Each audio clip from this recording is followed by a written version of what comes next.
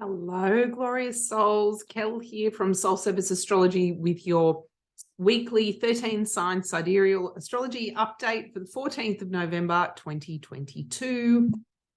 If you've never heard of 13 sign Sidereal Astrology, this is the astrology that matches what you can see in the sky. So it's matched fairly closely with astronomy. I'm not going to go into the detail here. If you want to ask me questions about the detail, while it doesn't exactly match the boundaries of the constellations is all I'm talking about, where the planets are located and the backdrop of the stars behind them will match astronomy. And I think that's important for two reasons. One, that's basically how astrology was born. It was born from astronomy. It was born from our ancestors looking at the sky and watching the moving stars in relation to the fixed stars. And number two, it's doing exactly what our ancestors did in connecting with our environment, and the sky is part of our environment. And that's really important for us at the moment. We need to be looking up. We need to be connecting with our environment, because if we don't, we're going to destroy it, and we're going to destroy ourselves. So this is part of a process of looking at our environment. It's a practice. It's an ongoing practice for you to connect with your seasons and your cycles and the stars to present you opportunities to explore aspects of yourself maybe that you haven't touched on yet. And that's the fun thing about astrology. So here is a brief little summary of the week ahead for the 14th of November for the people that don't want to hang around for all the detail. But of course, the detail I will go into in a moment. So the week of the 14th is actually really awesome energy-wise.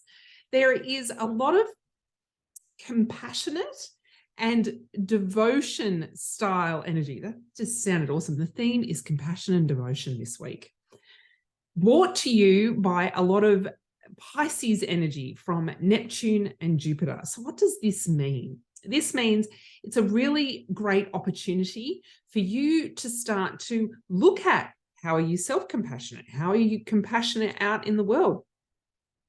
Can you expand into your devotion? Do you really know what devotion is? Maybe it's an opportunity for you to explore your mystical intelligence, your mystical nature, all aspects of it. And an opportunity to see if you could embrace ease and harmony towards listening, communicating, connecting with others, and creating. So it's a really awesome opportunity to see if we can expand in a flow state instead of always needing to, of course, be pushed through the head of a needle to change. It's an opportunity to flow with compassion and devotion and harmony, all the while still being conscious of social issues and listening to others and connecting, but seeing if we can expand more into our devotion and our compassion. Now, that's sort of the beginning of the week. The second half of the week, there's the energy shifts, and it's an opportunity for us to step into more Scorpio energy, because Mercury and Venus shift into Scorpio. So what does that mean? We get to start to explore the archetypal energy around intensity, power, intimacy, transformation. Perhaps we're looking at our shadows. Perhaps we're looking at our sensuality and our sexuality.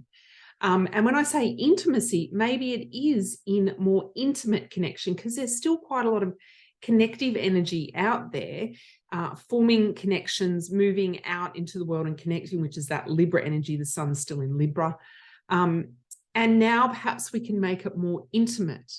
But it's going to be difficult to get intimate, really intimate with someone if you're not intimate with yourself first. So maybe it's an opportunity this week to be compassionate with yourself, to devote some time to yourself.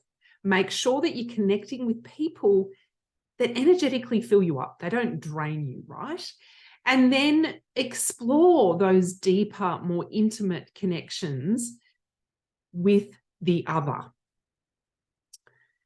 We are still in eclipse energy.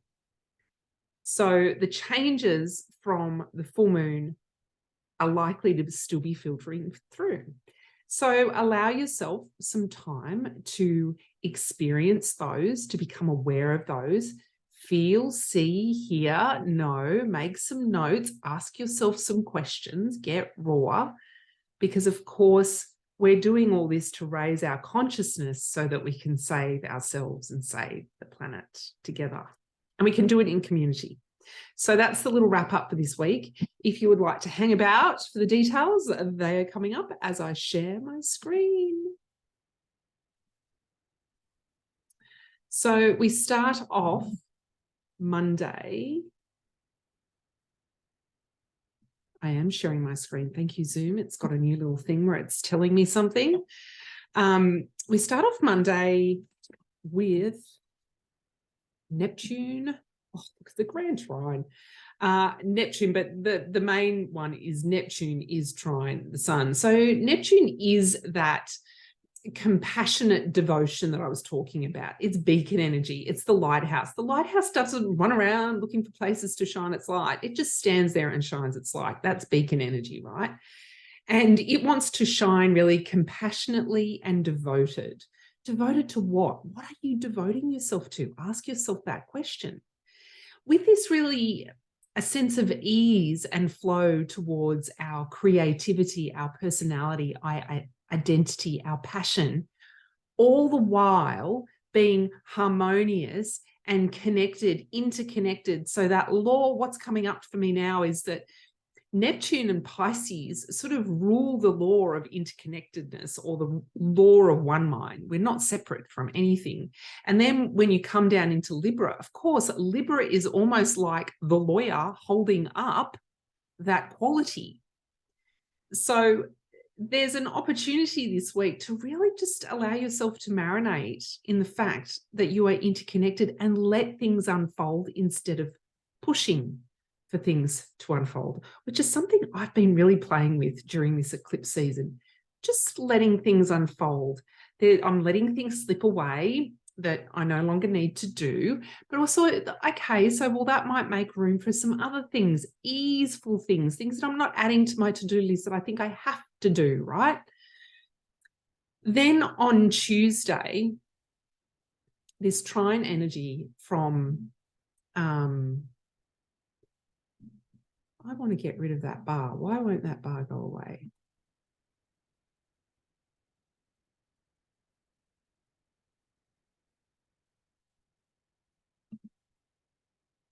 Excellent. It went away so I can see what I'm doing now. So on the 15th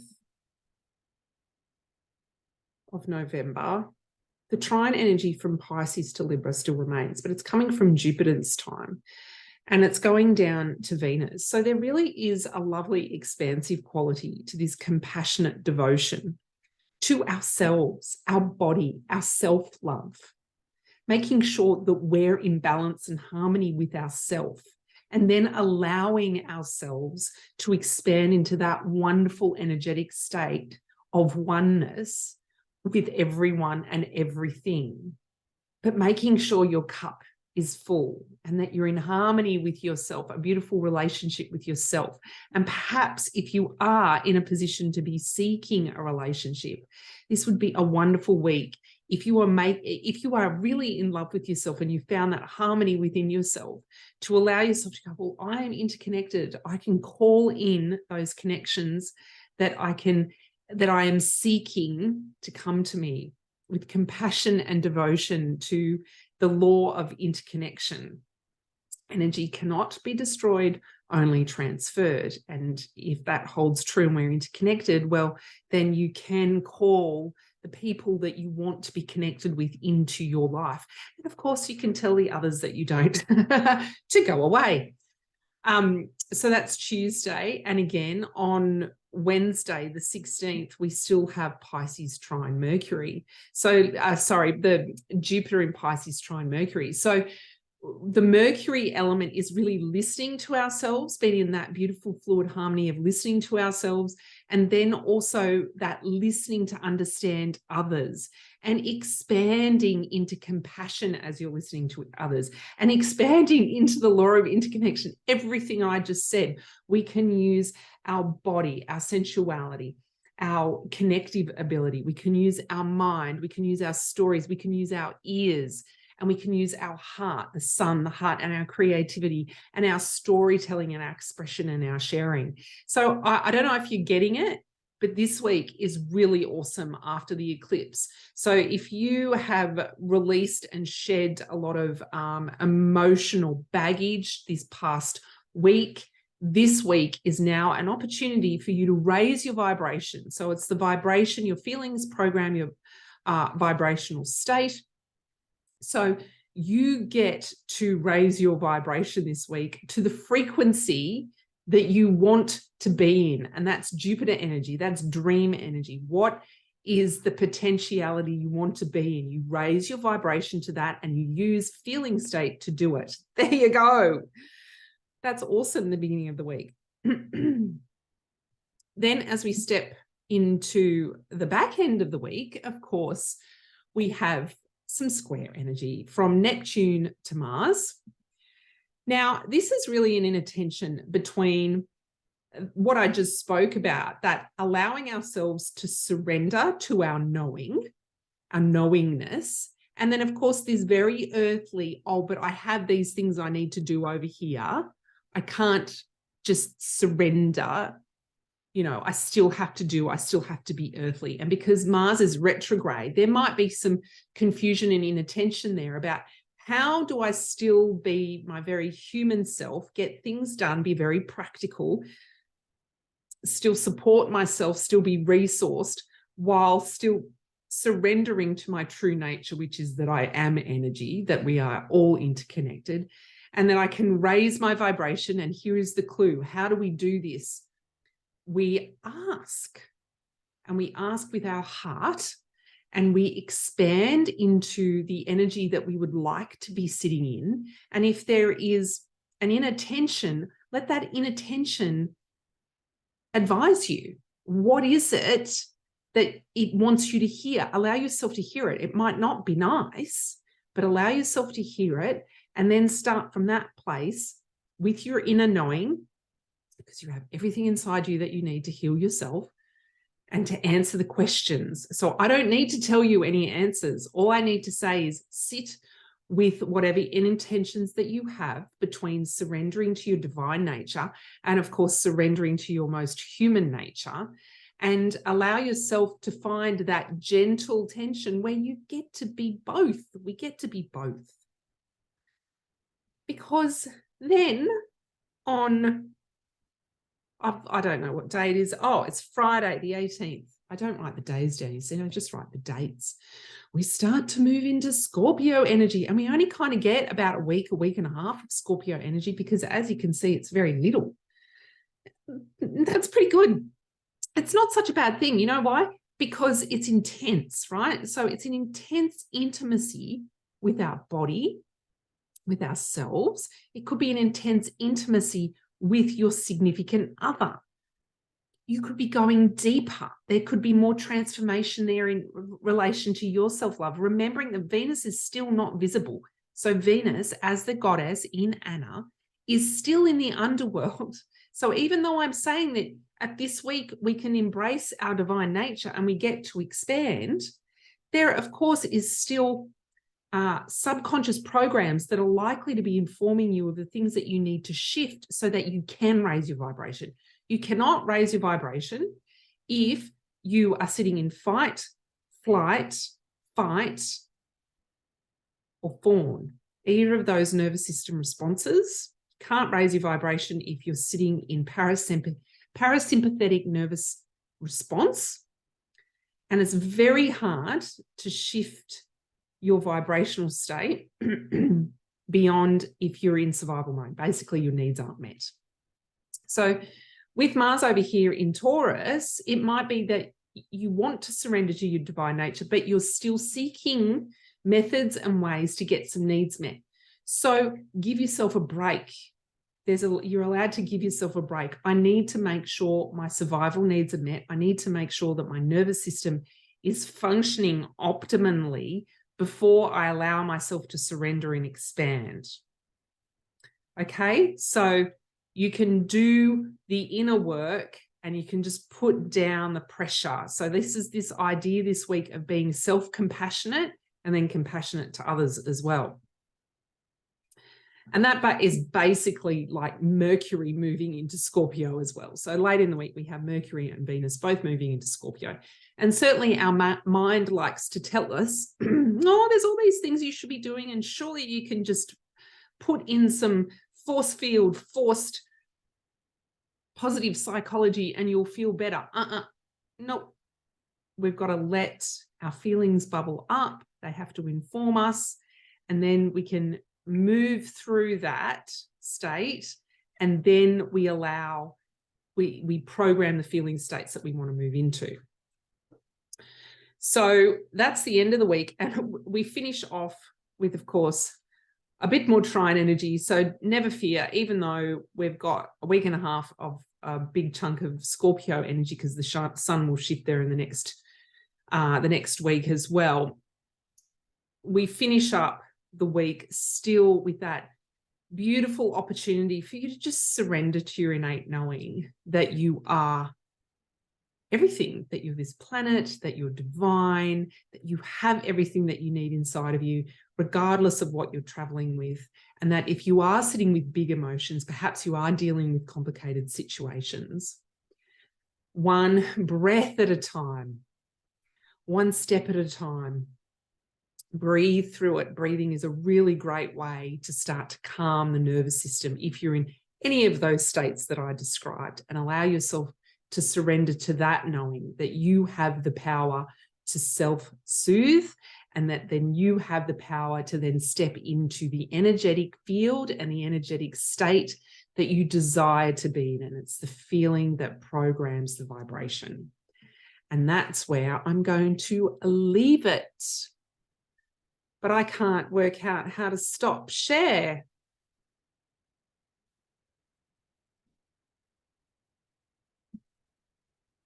That's where I'm going to leave it this week. I can't work out. Stop. Escape. I wonder. Oh, there we go. Look at that. Stop share. Zoom changed controls. All right. Thanks, everyone, for listening. And if you did want to join me in community to tend to your ecological self through yoga, astrology, circle, and community, I'd love to invite you to Eco Alchemy, which is my paid community, where we do all those things to tend to our ecological self. And that's exactly what I described in this video today, is our feeling state programs our reality. And if you are in any of those 4 nervous system states or in survival mode, it's very hard to program a different reality. Now, practices within yoga can help you to start stepping you through, guiding you towards a much calmer nervous system, a much calmer mind in this very, very hectic world and crazy world at the moment, and a very uncertain world. And then when we sit in circle and community with others, we get to share, we get to be heard, and we get to be and to connect. And that is a very, very human need, I feel. And of course, the astrology is a way for you to start connecting with the seasons in the environment that you're in, and to connect with the sky, and to explore new energies, so that as you are calming your nervous system down, as you are calming your mind down, as you are stepping out of survival mode, you're starting to explore the energies that are out there for you and the potential that they offer you. So come and join me in Eco Alchemy, and you can find that at kellygunter.com or ecoalchemy.org. And I'll see you next week. Bye.